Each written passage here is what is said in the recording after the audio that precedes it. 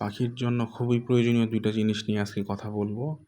একটি হচ্ছে cattle fish বন, আরেকটি হচ্ছে মিনারেল ব্লক। এখানে ভিডিওতে যেটা দেখতে পাচ্ছেন এটা ক্যাটেল ফিশ বন, এটা মূলত স্কুইড মাছের হাড়।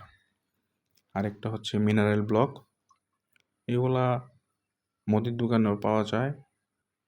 ক্যাটেল ফিশ বনটা মুদির দোকানেও পাওয়া যায়, আর মিনারেল ব্লক এগুলা বিভিন্ন পাখির যে শপগুলো আছে এখানে পাওয়া যায় দুটাই।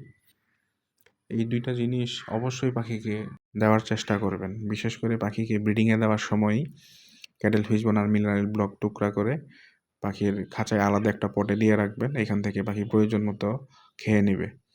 এই ২টা জিনিস না দিলে সবথেকে বড় যে সমস্যা হয়, ডিমের খোসা নরম হয়ে যায় কিছু ক্ষেত্রে।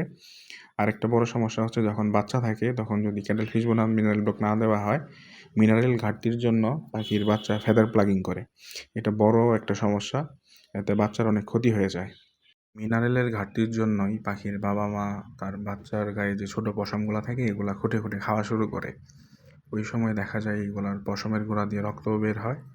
এতে বাচ্চা অনেক দুর্বল হয়ে যায়। আপনারা যারা বিভিন্ন পাখি পালেন, কোয়াকাটেল, লাভবার্ড, বাজরিকা আরও অন্যান্য যে সকল পাখি আছে, অবশ্যই ক্যাটেল ফিশ বনাম মিনারেল ব্লক দেওয়া উচিত।